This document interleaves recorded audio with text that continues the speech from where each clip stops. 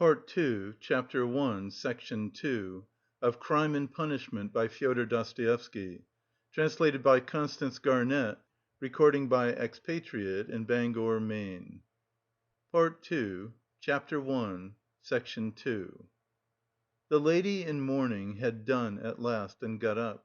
All at once, with some noise, an officer walked in very jauntily, with a peculiar swing of his shoulders at each step. He tossed his cockaded cap on the table and sat down in an easy-chair. The smart lady positively skipped from her seat on seeing him, and fell to curtsying in a sort of ecstasy. But the officer took not the smallest notice of her, and she did not venture to sit down again in his presence. He was the assistant superintendent.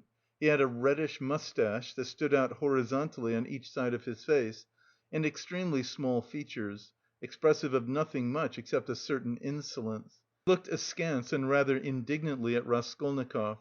He was so very badly dressed, and in spite of his humiliating position, his bearing was by no means in keeping with his clothes. Raskolnikov had unwarily fixed a very long and direct look on him, so that he felt positively affronted. "What do you want?" he shouted, apparently astonished that such a ragged fellow was not annihilated by the majesty of his glance. "I was summoned by a notice," Raskolnikov faltered. "For the recovery of money due from the student," the head clerk interfered hurriedly, tearing himself from his papers. "Here!" And he flung Raskolnikov a document and pointed out the place. "Read that." "Money? What money?" thought Raskolnikov. "But, then, it's certainly not that!" And he trembled with joy. He felt sudden, intense, indescribable relief. A load was lifted from his back. "And pray, what time were you directed to appear, sir?" shouted the assistant superintendent, seeming for some unknown reason more and more aggrieved. "You are told to come at 9, and now it is 12." "The notice was only brought me a quarter of an hour ago," Raskolnikov answered loudly over his shoulder. To his own surprise he, too, grew suddenly angry and found a certain pleasure in it. "And it's enough that I have come here ill with fever." "Kindly refrain from shouting." "I am not shouting. I'm speaking very quietly. It's you who are shouting at me. I'm a student, and allow no one to shout at me." The assistant superintendent was so furious that for the first minute he could only splutter inarticulately. He leaped up from his seat. "Be silent! You are in a government office. Don't be impudent, sir." "You're in a government office, too," cried Raskolnikov, "and you're smoking a cigarette as well as shouting, so you are showing disrespect to all of us." He felt an indescribable satisfaction at having said this. The head clerk looked at him with a smile. The angry assistant superintendent was obviously disconcerted. "That's not your business," he shouted at last, with unnatural loudness. "Kindly make the declaration demanded of you. Show him, Alexandr Grigorovitch. There is a complaint against you. You don't pay your debts. You're a fine bird!" But Raskolnikov was not listening now. He had eagerly clutched at the paper, in haste to find an explanation.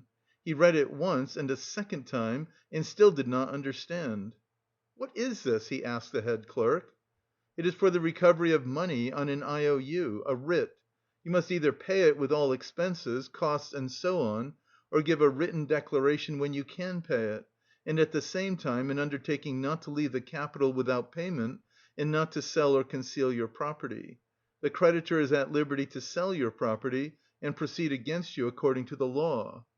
"But I am not in debt to anyone." "That's not our business.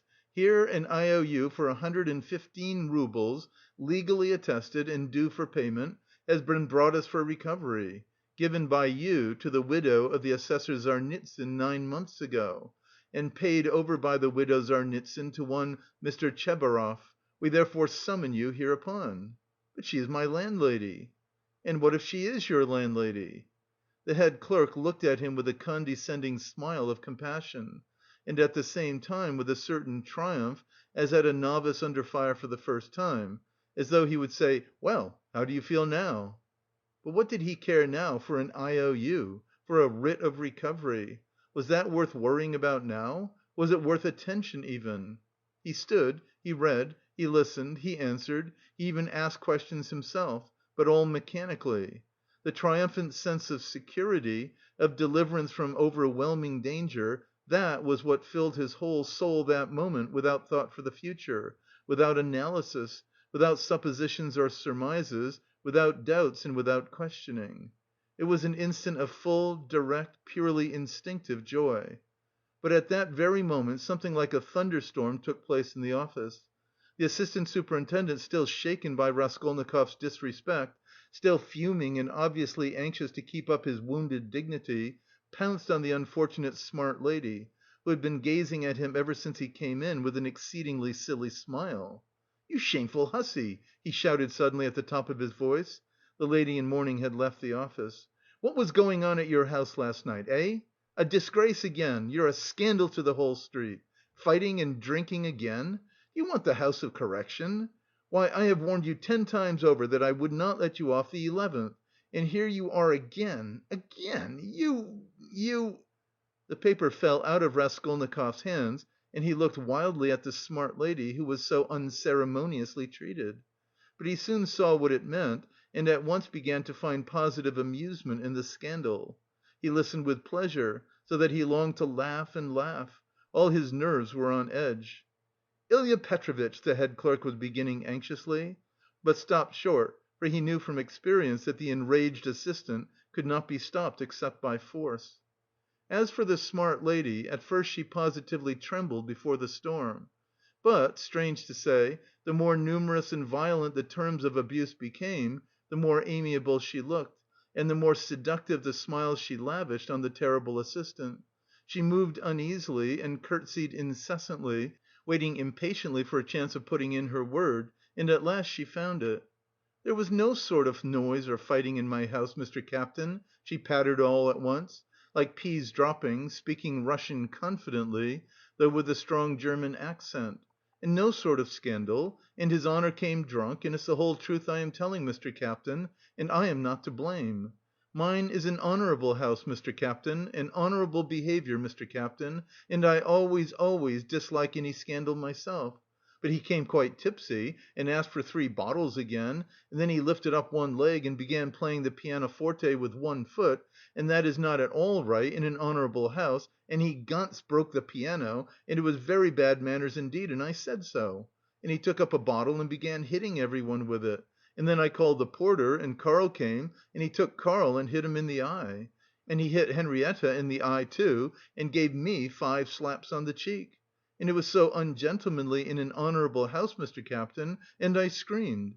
And he opened the window over the canal and stood in the window squealing like a little pig. It was a disgrace. The idea of squealing like a little pig at the window into the street. Fie upon him! And Karl pulled him away from the window by his coat, and, it is true, Mr. Captain, he tore sein Rock, and then he shouted that man must pay him 15 roubles damages, and I did pay him, Mr. Captain, 5 roubles for sein Rock, and he is an ungentlemanly visitor and caused all the scandal. I will show you up, he said, for I can write to all the papers about you." "Then he was an author?" "Yes, Mr. Captain, and what an ungentlemanly visitor in an honourable house." "Now then, enough, I have told you already." "Ilya Petrovitch," the head clerk repeated significantly. The assistant glanced rapidly at him, the head clerk slightly shook his head. "So I tell you this, most respectable Luise Ivanovna, and I tell it you for the last time," the assistant went on, "if there is a scandal in your honourable house once again, I will put you yourself in the lock up, as it is called in polite society. Do you hear? So a literate man, an author, took 5 roubles for his coat tail in an honourable house? A nice set, these authors!" And he cast a contemptuous glance at Raskolnikov. "There was a scandal the other day in a restaurant, too. An author had eaten his dinner and would not pay. 'I'll write a satire on you,' says he. And there was another of them on a steamer last week, used the most disgraceful language to the respectable family of a civil councillor, his wife and daughter. And there was one of them turned out of a confectioner's shop the other day. They are like that, authors, literary men, students, town criers. Pfoo! You get along. I shall look in upon you myself one day. Then you had better be careful. Do you hear?" With hurried deference Luise Ivanovna fell to curtseying in all directions, and so curtseyed herself to the door. But at the door she stumbled backwards against a good‐looking officer with a fresh open face and splendid thick fair whiskers. This was the superintendent of the district himself, Nikodim Fomitch, Luisa Ivanovna made haste to curtsy almost to the ground, and with mincing little steps she fluttered out of the office.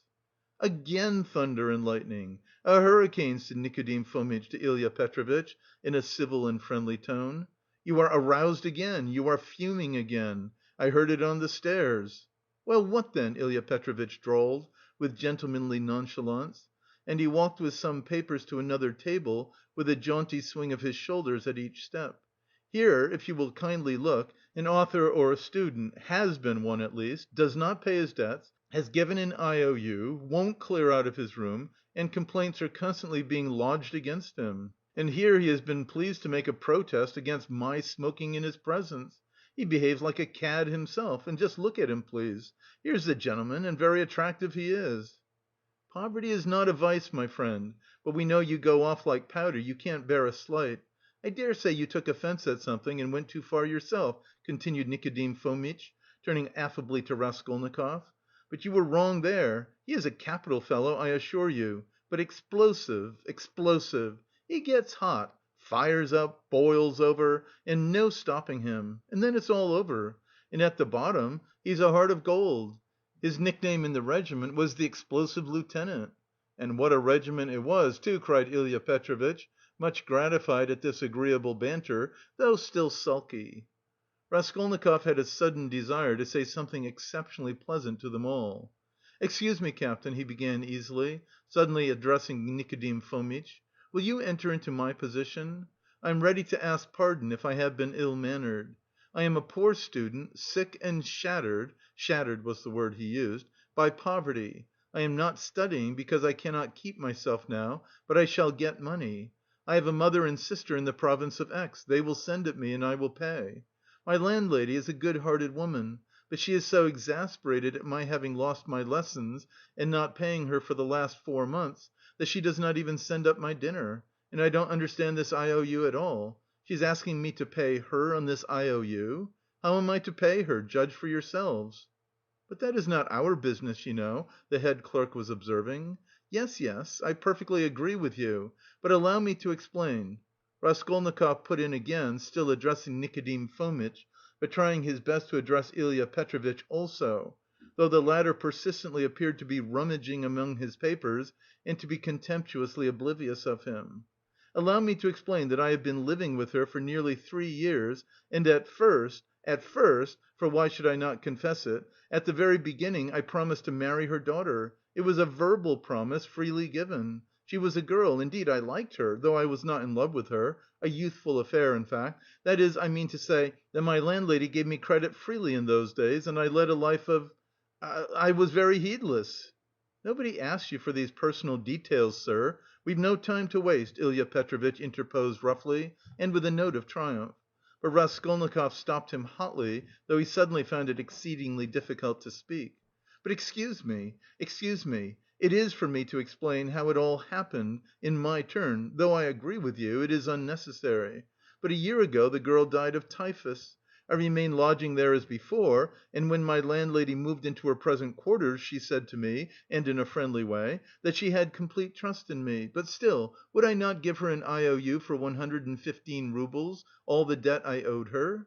She said if only I gave her that, she would trust me again, as much as I liked, and that she would never, never those were her own words make use of that IOU till I could pay of myself, and now, when I have lost my lessons and have nothing to eat, she takes action against me. What am I to say to that?" "All these affecting details are no business of ours," Ilya Petrovitch interrupted rudely. "You must give a written undertaking, but as for your love affairs and all these tragic events, we have nothing to do with that." "Come now, you are harsh," muttered Nikodim Fomitch, sitting down at the table and also beginning to write. He looked a little ashamed. "Write," said the head clerk to Raskolnikov. "Write what?" the latter asked gruffly. "I will dictate to you." Raskolnikov fancied that the head clerk treated him more casually and contemptuously after his speech, but strange to say he suddenly felt completely indifferent to anyone's opinion, and this revulsion took place in a flash, in one instant. If he had cared to think a little, he would have been amazed indeed that he could have talked to them like that a minute before, forcing his feelings upon them. And where had those feelings come from? Now if the whole room had been filled, not with police officers, but with those nearest and dearest to him, he would not have found one human word for them, so empty was his heart. A gloomy sensation of agonising, everlasting solitude and remoteness took conscious form in his soul.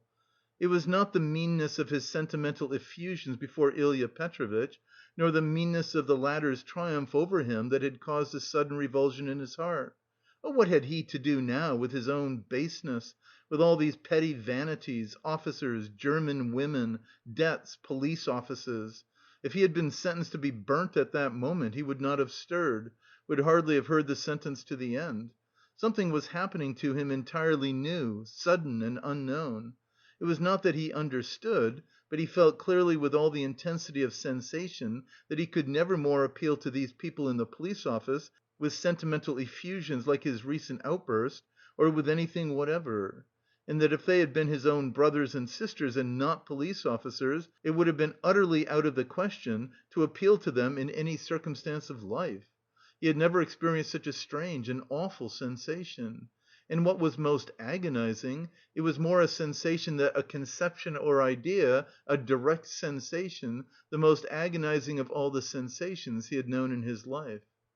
The head clerk began dictating to him the usual form of declaration, that he could not pay, that he undertook to do so at a future date, that he would not leave the town nor sell his property, and so on. "But you can't write, you can hardly hold the pen," observed the head clerk, looking with curiosity at Raskolnikov. "Are you ill?" "Yes, I am giddy. Go on." "That's all. Sign it." The head clerk took the paper and turned to attend to others. Raskolnikov gave back the pen, but instead of getting up and going away, he put his elbows on the table and pressed his head in his hands. He felt as if a nail were being driven into his skull. A strange idea suddenly occurred to him: to get up at once, to go up to Nikodim Fomitch and tell him everything that had happened yesterday, and then to go with him to his lodgings and to show him the things in the hole in the corner. The impulse was so strong that he got up from his seat to carry it out. "Hadn't I better think a minute?" flashed through his mind. No, better cast off the burden without thinking. But all at once he stood still, rooted to the spot.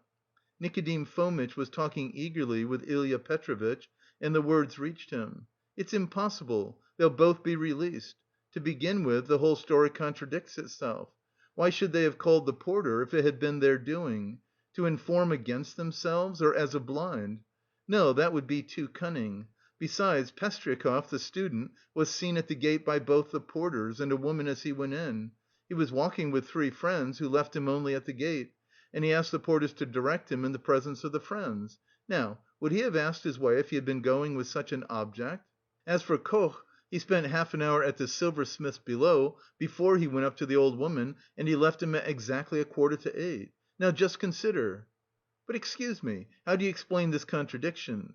They state themselves that they knocked and the door was locked, yet 3 minutes later, when they went up with the porter, it turned out the door was unfastened." "That's just it. The murderer must have been in there and bolted himself in, and they'd have caught him for a certainty if Koch had not been an ass and gone to look for the porter too. He must have seized the interval to get downstairs and slip by them somehow.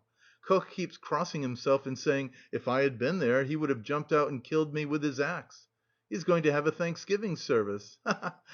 And no one saw the murderer?" "They might well not see him. The house is a regular Noah's Ark," said the head clerk, who was listening. "It's clear, quite clear," Nikodim Fomitch repeated warmly. "No, it is anything but clear," Ilya Petrovitch maintained. Raskolnikov picked up his hat and walked towards the door, but he did not reach it. When he recovered consciousness, he found himself sitting in a chair, supported by someone on the right side, while someone else was standing on the left, holding a yellowish glass filled with yellow water, and Nikodim Fomitch standing before him, looking intently at him. He got up from the chair. "What's this? Are you ill?" Nikodim Fomitch asked, rather sharply. "He could hardly hold his pen when he was signing," said the red clerk, settling back in his place and taking up his work again. "Have you been ill long?" cried Ilya Petrovitch from his place, where he, too, was looking through papers. He had, of course, come to look at the sick man when he fainted, but retired at once when he recovered. "Since yesterday," muttered Raskolnikov in reply. "Did you go out yesterday?" "Yes." "Though you were ill?" "Yes." "At what time?" "About 7." "And where did you go, may I ask?" "Along the street." "That's short and clear." Raskolnikov, white as a handkerchief, had answered sharply, jerkily, without dropping his black feverish eyes before Ilya Petrovitch's stare. "He can scarcely stand upright, and you..." Nikodim Fomitch was beginning. "No matter," Ilya Petrovitch pronounced rather peculiarly. Nikodim Fomitch would have made some further protest, but glancing at the head clerk who was looking very hard at him, he did not speak. There was a sudden silence. It was strange. "Very well then," concluded Ilya Petrovitch, "we will not detain you." Raskolnikov went out. He caught the sound of eager conversation on his departure, and above the rest rose the questioning voice of Nikodim Fomitch. In the street his faintness passed off completely. "A search! There will be a search at once," he repeated to himself, hurrying home. "The brutes! They suspect!" His former terror mastered him completely again. End of Part II, Chapter 1. Recording by Expatriate in Bangor, Maine.